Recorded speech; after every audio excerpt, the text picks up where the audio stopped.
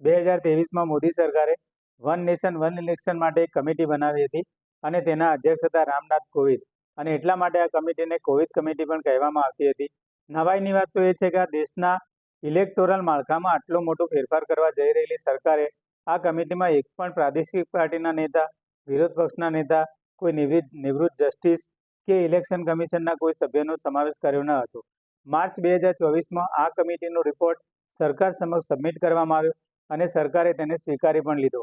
આ સમિતિના અહેવાલ મુજબ વન નેશન વન ઇલેક્શન માટે બંધારણમાં આશરે 15 જેટલા સુધારાઓ કરવા પડે એમ છે. સમિતિની ભલામણ અનુસાર લોકસભા અને દેશની બધી જ વિધાનસભાઓની ચૂંટણી કોઈ એક નક્કી તારીખે કરી લેવામાં આવે અને એના 100 દિવસમાં દેશની તમામ લોકલ બોડીઝ એટલે કે પંચાયતો અને નગરપાલિકાઓની ચૂંટણી પણ કરી લેવામાં આવે. પણ આપણે સૌ જાણીએ છીએ તે મુજબ આપણો દેશ યુરોપના કોઈ ફિનલેન્ડ કે આયર્લેન્ડ જેવો ટચુકડો દેશ નથી. દેશમાં 31 જેટલી વિધાનસભાઓ છે. માની લો કે સરકારની મરજી અનુસાર 2029માં લોકસભા અને બધી જ વિધાનસભાઓનું એક સાથે ઇલેક્શન થઈ જાય અને 2034માં નવું ઇલેક્શન ફરીથી થાય.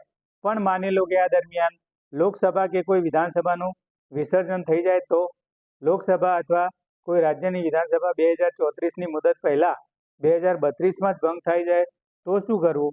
આના માટે કોવિદ કમિટી એક સરસ ઉપાય સૂચવે છે કે આવી હંગ એસેમ્બલીનું ઇલેક્શન ફરીથી એટલે કે મુદત પહેલાં જ કરી લેવું. પણ તેની બીજી ટર્મ છે બાકીના વર્ષો સુધી જ ગણવી.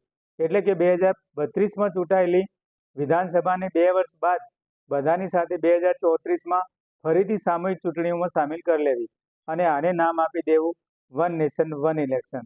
સરકારનું લોજિક એવું છે કે દેશભરમાં વારંવાર આવતા ઇલેક્શનના કારણે ખર્ચ વધી જાય છે, વહીવટીતંત્ર હેરાન થઈ જાય છે.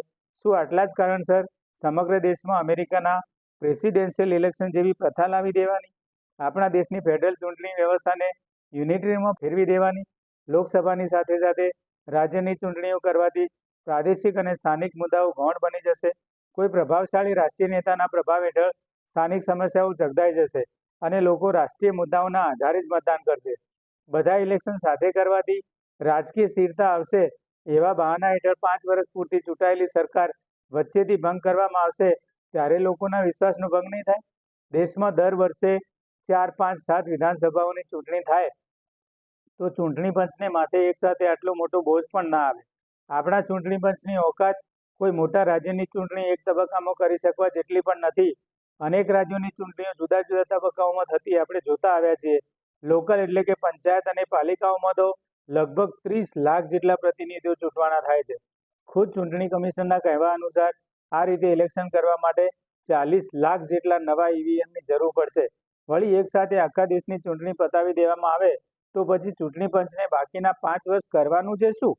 માત્ર ચૂંટણી સમયે દેખાતી આપણા નેતાઓના દર્શન પછી તો 5 વર્ષ સુધી દુર્લભ થઈ જશે.